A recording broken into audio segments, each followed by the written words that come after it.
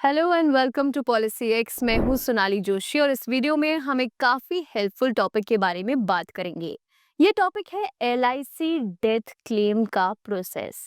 इस वीडियो में हम आपको बताएंगे एलआईसी डेथ के क्लेम में बेनिफिशियरी को क्या कुछ मिलेगा, डेथ क्लेम कैसे करेंगे, क्या डॉक्यूमेंट्स की आपको ज़रूरत पड़ेगी और अगर एलआईसी का क्लेम रिजेक्ट हो जाता है तो क्या करना है। ये सब आपको एक एक करके इस वीडियो में बताएंगे। तो चलिए शुरू करते हैं आज का वीडियो। सबसे पहले बात करेंगे कि एलआईसी का डेथ क्लेम में क्या कुछ आपको मिलेगा। तो एलआईसी के डेथ बेनिफिट में नॉमिनी को एक लम सम अमाउंट दिया जाता है अगर पॉलिसी होल्डर की डेथ हो जाए पॉलिसी टर्म के दौरान।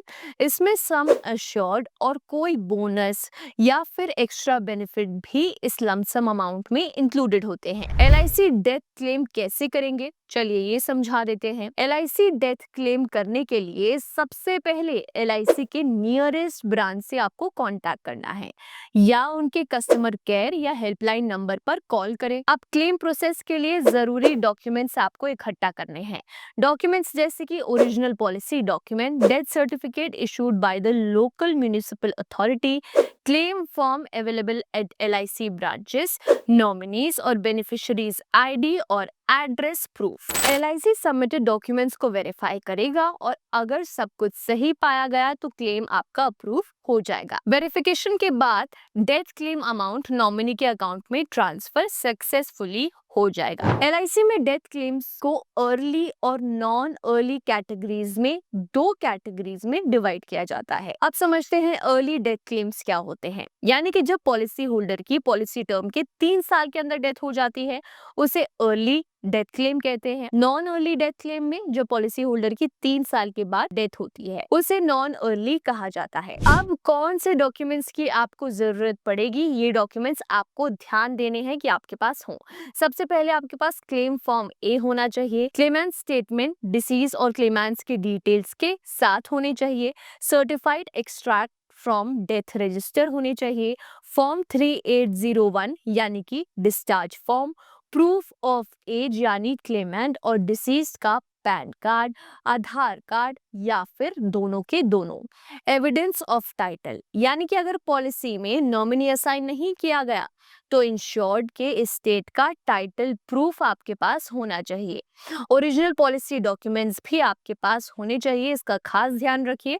और एनईएफटी फॉर्म्स, कैंसिल चेक या पासबुक की एक कॉपी आपके पास खास होनी चाहिए। ये सब डॉक्यूमेंट सबमिट करने के बाद क्लेम प्रोसेस आपका किया जाता है। अर्ली डेथ क्लेम के लिए डॉक्यूमेंट्स जरूर रख लें जैसे कि क्लेम फॉर्म बी जो कि मेडिकल अटेंडेंट का सर्टिफिकेट होता है, क्लेम फॉर्म B1 यानी कि हॉस्पिटल में दिए गए ट्रीटमेंट का प्रूफ अगर कोई ट्रीटमेंट आपने लिया है तो, claim form B2 medical attendant का भरने वाला फॉर्म को क्लेम फॉर्म B2 कहते हैं, क्लेम फॉर्म C आइडेंटिटी और ब्यूरियल क्रेमेशन का certificate, claim form E employment का सर्टिफिकेट अगर डिसीज एम्प्लॉयड है तो, सर्टिफाइड कॉपीज जैसे कि सर्टिफाइड कॉपीज आपको चाहिए होंगी पोस्टमार्टम रिपोर्ट की, एफआईआर कॉपी भी आपको फर्स्ट कॉपी चाहिए, पुलिस इन्वेस्टिगेशन रिपोर्ट अगर एक्सीडेंट की वजह से डेथ हुई है तो। आप ध्यान रखना है कि अगर पॉलिसी होल्डर की किसी एक्सीडेंट की वजह से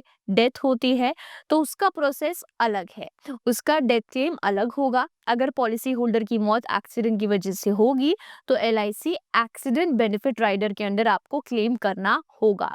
इसके लिए सबसे पहले नियरेस्ट एलआईसी ब्रांच को तुरंत नोटिफाई करना है, जरूरी डॉक्यूमेंट कलेक्ट करने हैं। अब इसके लिए जरूरी होगा ओरिजिनल पॉलिसी डॉक्यूमेंट। ध्यान रहे ये एक्सीडेंट की बात हो रही है, डेथ सर्टिफिकेट जिसमें एक्सीडेंट का रीजन मेंशन्ड हो, रेलेवेंट रिपोर्ट जैसे कि एफआईआर और पुलिस इन्वेस्टिगेशन रिपोर्ट भी आपको जरूरी है। अब आपको एलआईसी के क्लेम सेटलमेंट प्रोसेस की हमने फुल डिटेल्स दे दी।